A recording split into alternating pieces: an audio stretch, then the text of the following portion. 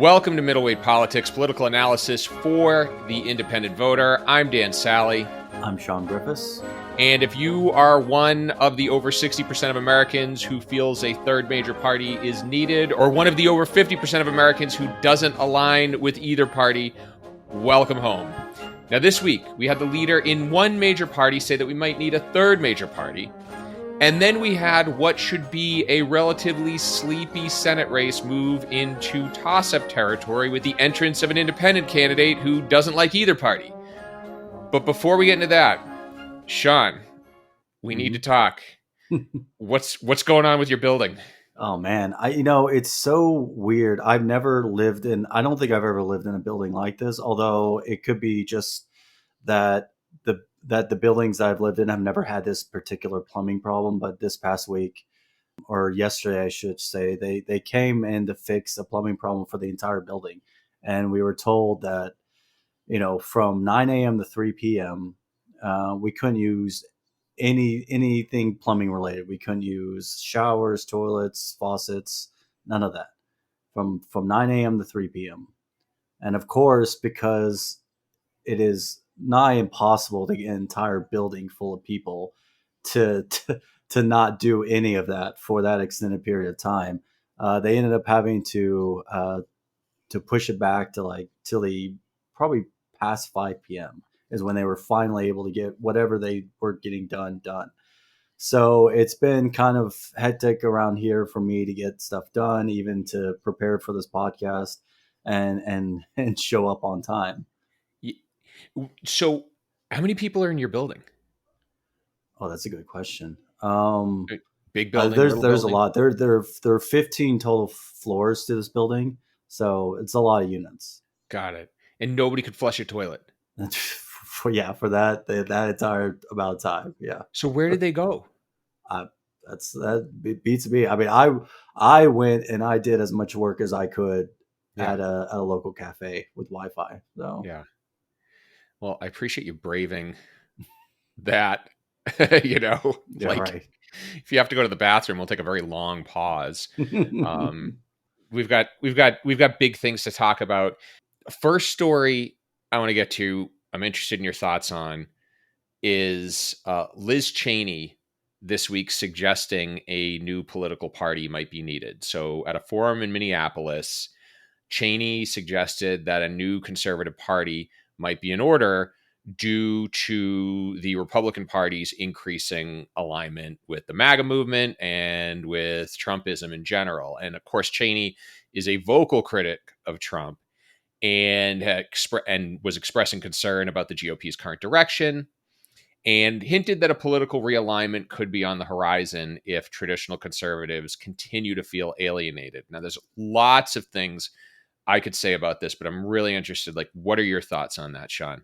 Well, I think it does. I think this whole story speaks to the choices that the system have given us, which is basically, hey, you have these two choices, and for the presidential election, that's, hey, your choices are Donald Trump or Kamala Harris. And as a result of a party that has really, over the course of 12 years, even a bit longer than that, has gradually been infiltrated by a grassroots movement to kind of change the course of that party, you've gotten what I think is the inevitability of Trump or a candidate like him who says similar rhetoric.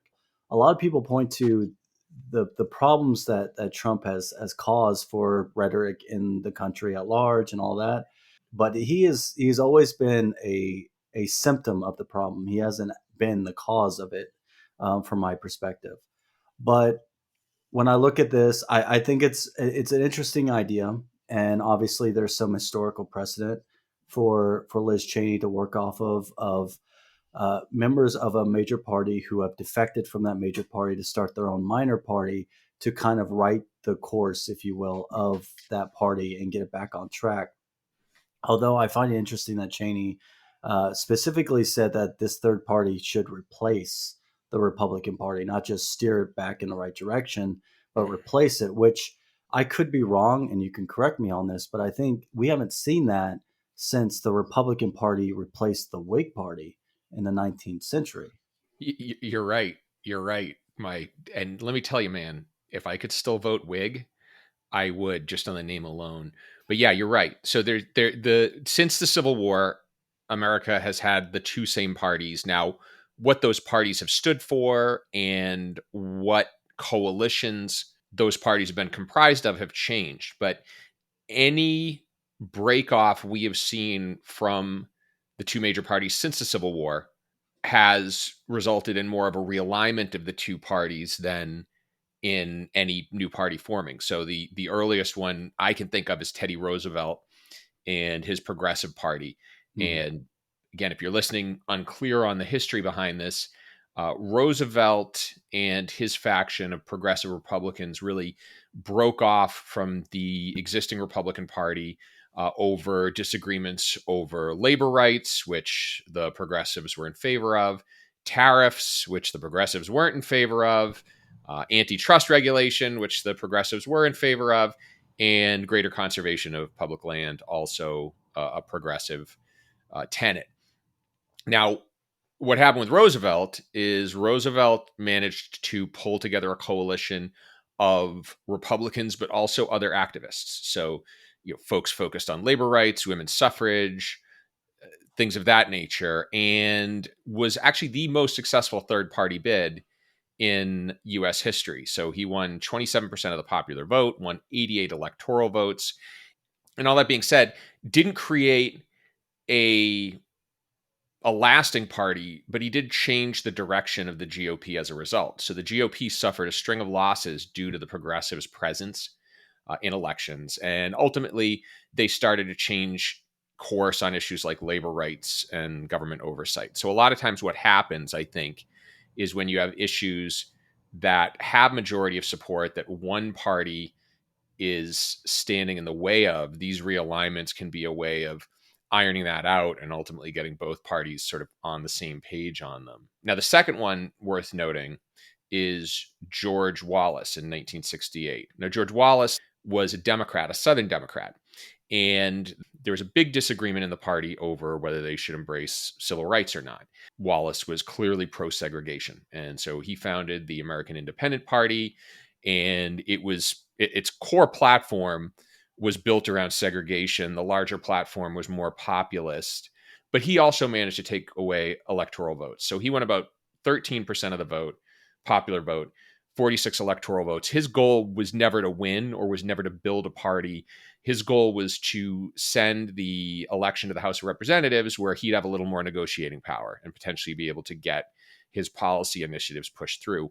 Again, didn't result in any lasting third party movement. What did happen, though, is the Democrats went full bore in the direction of civil rights, and the Republicans began to woo those disaffected Southern Democrats and ultimately created the political realignment that we see today, where the South is largely conservative, largely Republican, and that's all due again to Wallace's influence. So I think if we're kind of reading the tea leaves here and looking at what this Cheney movement might do, what I see it doing is dividing the conservative vote, potentially denying them wins, at least on the national level, maybe even some wins in terms of Senate seats, House seats, who knows, but ultimately kind of facilitating this realignment that we've seen going on right now between the Republican and Democratic parties. I don't know if you have any thoughts on that.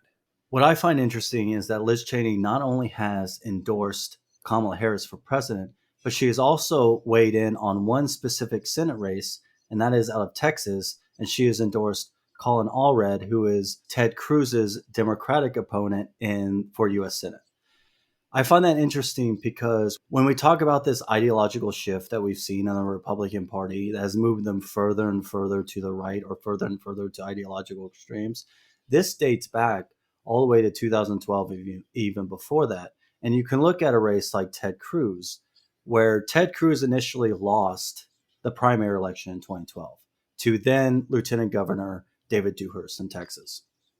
However, because he was able to force a runoff, he was able to win in a extremely low turnout runoff in June or July. I can't remember which month it was, but it was a summer runoff that attracted half of the participants that voted in the already low turnout for Texas Senate.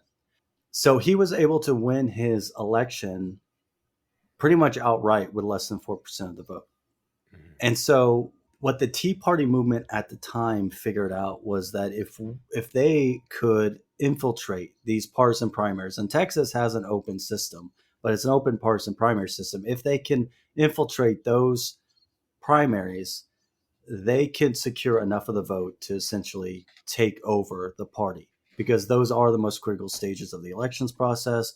And as a result, candidates tend to govern to appease those voters in those primaries. And you've seen that on the state level in Texas, but also in the national level, with how candidates have more and more been aligning with Trump just so they can get that primary vote.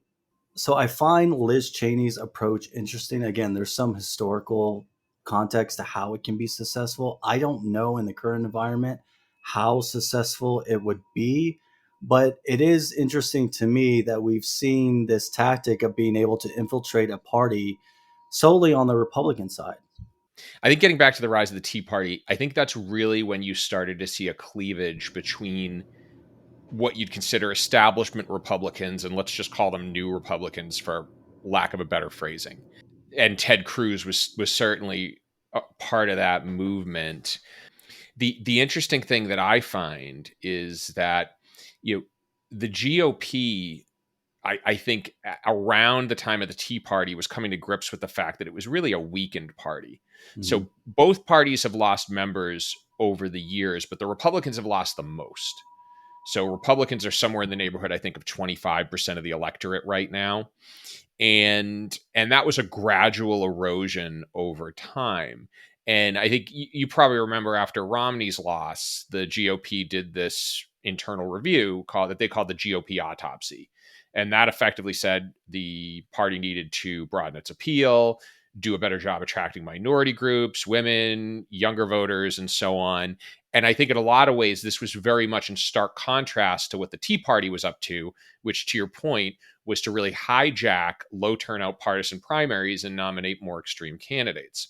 Now, I think the funny thing about this is after that 2012 autopsy, Trump came in 2016 and pretty much lit that plan on fire, and then found himself in the White House as a result. And I think what he did that was different is where the Tea Party was really going after core conservatives, Trump really appealed to this sort of opaque group of alienated voters and drew them into the party. So again, kind of comparing Trump to his historical counterparts, where you had these third-party insurgent bids coming out of party insiders who took some voters away with them, right?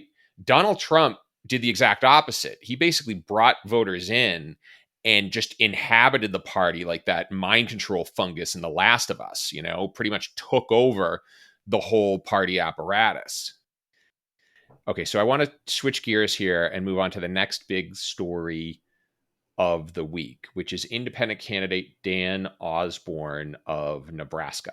Mm-hmm. Now, Nebraska, I think we can all agree, should be a very easy Republican hold. And yet, at this point in time, what polls there aren't a lot of polls, first and foremost. That should be stated. But the ones that are out there show this race as a toss-up between Dan Osborne, independent political newcomer, and incumbent Deb Fischer. And he's created enough of a stir now where Republicans have begun running attack ads trying to label him as a Democrat. And despite this, Osborne's favorability continues to increase. Voters seem to be responding positively to him, and it doesn't seem like these attacks are working. Shawn, what are your thoughts here? The Nebraska Senate race is so unique because the only major party candidate on the ballot is the incumbent. So it is just Dan Osborne versus the incumbent. So what this sets up is a situation where a lot of Democrats who don't want to vote for a Republican now have their choice being Osborne. and they may go that route just to spite the Republican. But then you have many independent voters who live in Nebraska who now have a candidate who his message is about being a problem solver. You know, he's a U.S. Navy veteran. He's a mechanic, so he's a blue collar worker.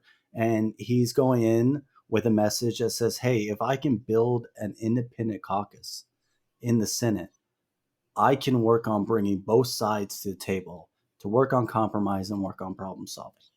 And I think that message is going to appeal to a lot of voters. Now, it's worth noting that historically, this has also happened in another state in recent history.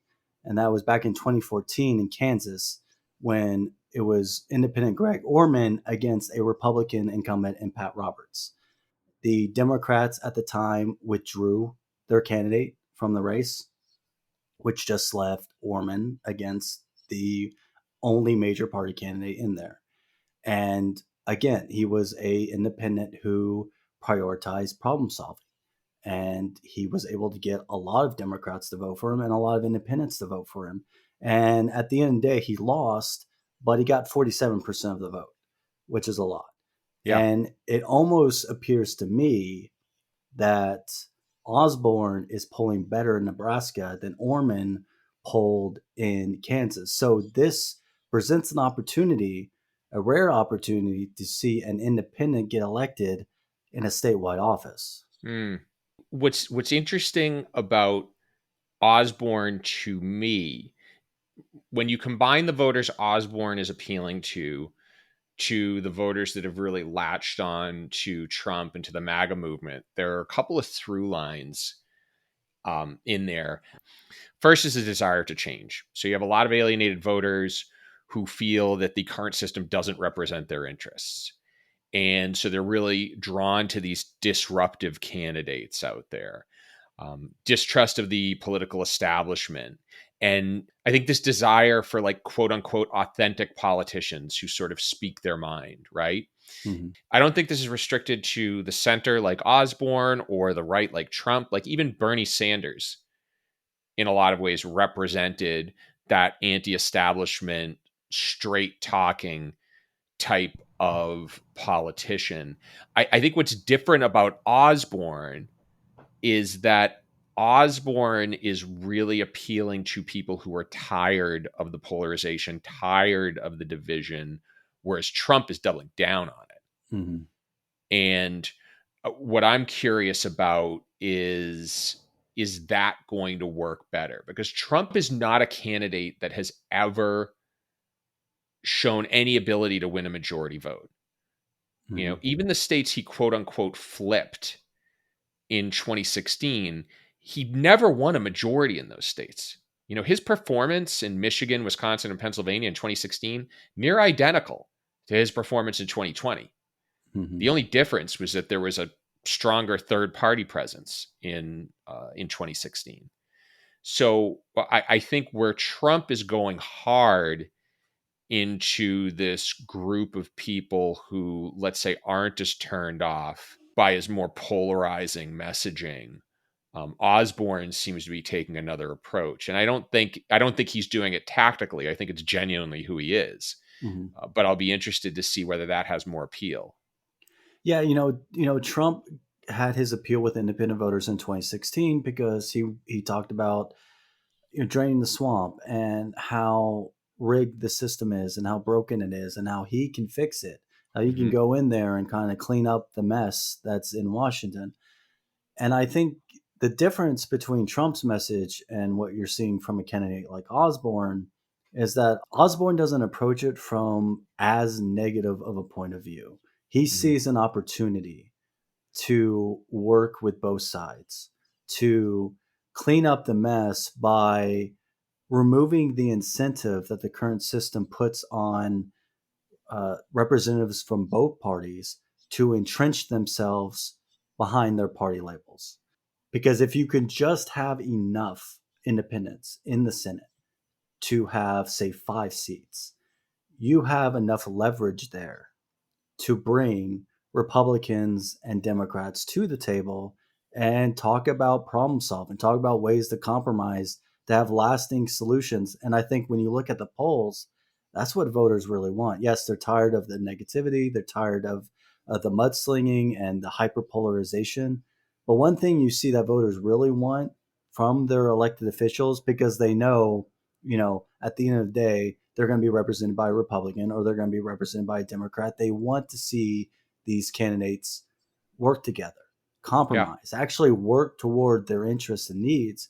And so when an independent, whether you're talking about Greg Orman or Dan Osborne, talk about problem solving, putting that front and center, it's going to garner the interest and the support from the same type of voters who wanted to drain the swamp in 2016, I think, but is talking about a pragmatic solution to actually fixing that.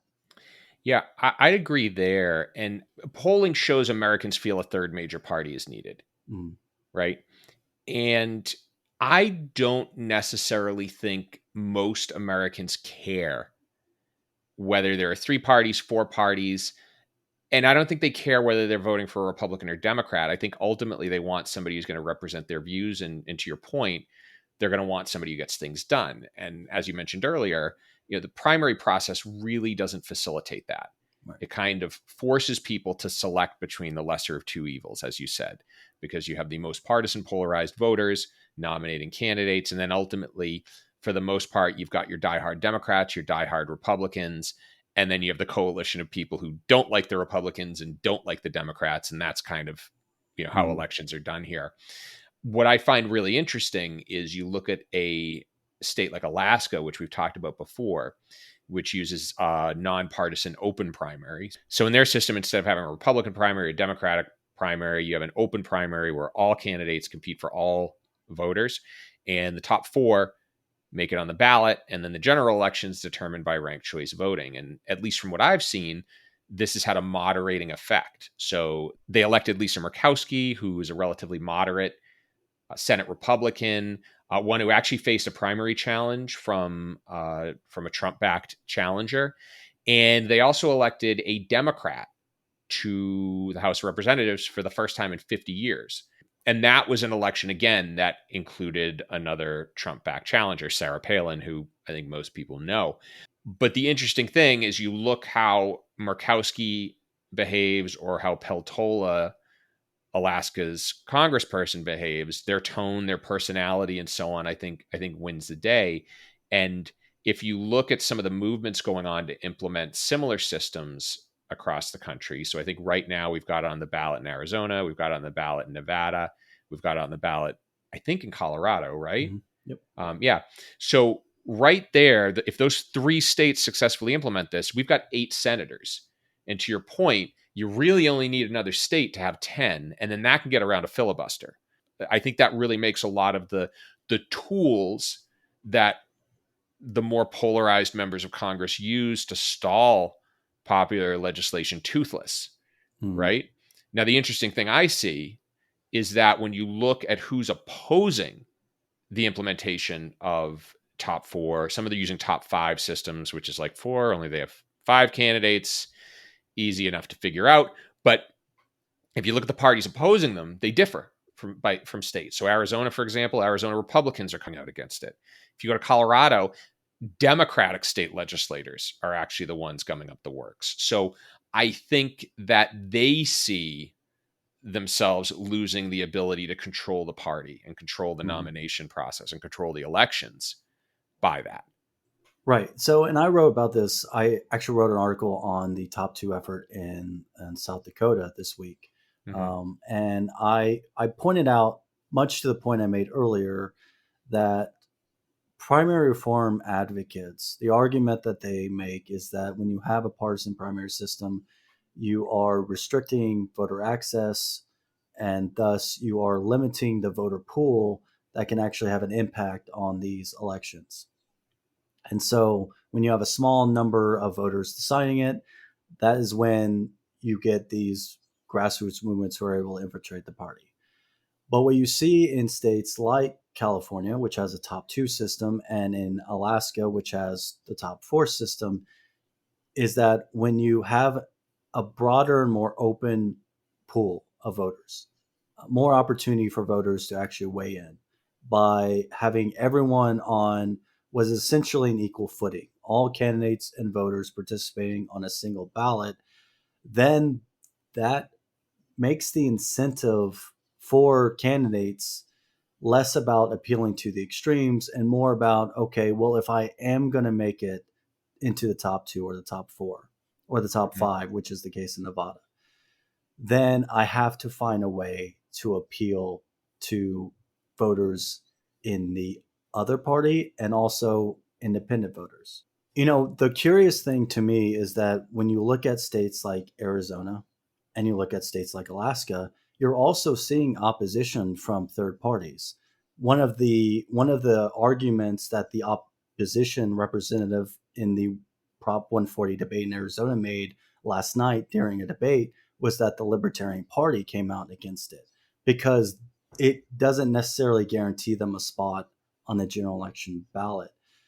But the thing about nonpartisan primaries, and reform advocates will make this argument, and it's shown in states like California and Alaska, is that you're seeing a complete change in how people view competition and choice. It's Mhm. not party centric, right? It's not party based. It's removed from that Republican versus Democrat narrative, and it's more about, okay, a Republican may end up winning or a Democrat may end up winning. But is this Republican or is this Democrat more aligned with what voters want? Do they have broader appeal than just their party's base? That is what is defining a lot of elections in states that have adopted a nonpartisan system. Yeah. Well, and I'm all for reforms that open up competition Right. and that open up room for multiple parties. But I don't think they deserve a seat at the table just because they have a party platform. I mean, so just to put some numbers behind this, right? Libertarians always had in okay showing in Alaska in the old primary system. So in the old primary system, they used to call it the ADL primary, which was I can't even know. I don't know what ADL stands for. I'm not going to look it up. But it was called the ADL primary, and it had Democrats, it had independents, it had libertarians. It was basically a potpourri primary where like anyone who wasn't a Republican could participate because the Republicans were such a dominant force in the state. And so you'd have libertarian candidates come in, they'd have an okayish showing. Independent candidates would sometimes win this primary. But fast forward to 2022 when we move to an open primary system. And again, now the libertarians have a real chance of competing. Okay. They're there. They have candidates. The highest ranking libertarian candidate in the 2022 primary, this is the special election in Alaska, I should note, came in 14th. Mm-hmm. 14th. You know who came in number 6, Shawn? Who's that? Santa Claus. Santa Claus came in number 6. So if your party cannot beat Santa Claus, like you got to do some soul searching, right? Right. Right. So yeah, and I think also just to go a little bit more, one of the things you've talked about is major party entitlement. This idea that the major parties are entitled to a place on the ballot just simply because they exist. I would argue like there are some examples of minor party entitlement in there too, Mm-hmm. where again, parties that have been around for years and have failed to grow their base still cry foul when they can't get on a ballot. And I think, look, I think there are certainly some unfair things that the two major parties do to suppress their presence. But that Mm-hmm. out of the way, like, you know, you're coming in No, 1% every year. yeah, you're absolutely right. I think this entitlement that you see from both major parties and minor parties, because you're right, you see it from both ends, but in different ways. It comes from a system that places a priority on party loyalty, party focus, party brand, right? People in this country are expected to vote, right, based on R or D, R versus D. That's how we're conditioned to look at elections. And personally, I want to see third parties be competitive. I want to see third parties show up in a November election and actually make a show of it and make it competitive. The thing that third parties need to do, though, is, to your point, do a little self reflection. Like, do you really have the support? Do you really have the numbers? And what can you do to build those numbers? How can you work from the ground up to shore up enough support that really truly shows your viability in these elections? Because you're right, the major parties have erected a lot of barriers to not only third party access to the general election, but their ability to stay on the ballot. One thing that I find interesting in particular about the Libertarian Party opposing the top four reform in Arizona is that the Libertarian Party is regularly targeted by the Republican Party. Their candidates are regularly targeted. If they get enough petition signatures to get on the ballot, the Republican Party is there to sue them and to keep them in litigation, essentially bleeding them dry of all money and resources until they're forced out. And this has happened in recent history. It's happened plenty of times in the past. And in fact, the Republican Party, I don't know if you know this, a few years ago, they changed the petition signature rules only for the Libertarian Party so that they have to get significantly more signatures to get on the ballot than some other parties, like the Green Party and some others. They specifically targeted them, and that is a result of a system that is party centric, a system in which the major parties say we should be in control of how elections are conducted, and we and only we are entitled to the general election. Yeah, I didn't know that. And to balance out that as well, you definitely see the same efforts from the Democratic Party against the Green Party. So in 2020, the Wisconsin Democratic Party successfully got Green Party candidate Howie Hawkins off the ballot because his vice presidential candidate moved after filing registration paperwork to a different address in the same town. So it's really just a matter of like an I not being dotted effectively. Now, the interesting thing though is because I was thinking more about this in the context of the party realignments we were talking about earlier. And what I think is interesting about the party realignments, and I think what is a direct effect of the rigidity of our system, the fact that we have these protected primaries that protect specific interests in political parties, and we have a system that really only allows two choices, or two parties, I should say, is that it creates these situations where certain segments of the population suffer until the problem festers so bad that it blows up in the face of both parties. And so if we go all the way back, right? All the way back to the first realignment, it was the inability to address the issue of slavery. And obviously that argument turned out really bad for everybody, right? But even subsequent arguments. So with the Progressive Party, it was an issue of, there was an issue of income inequality.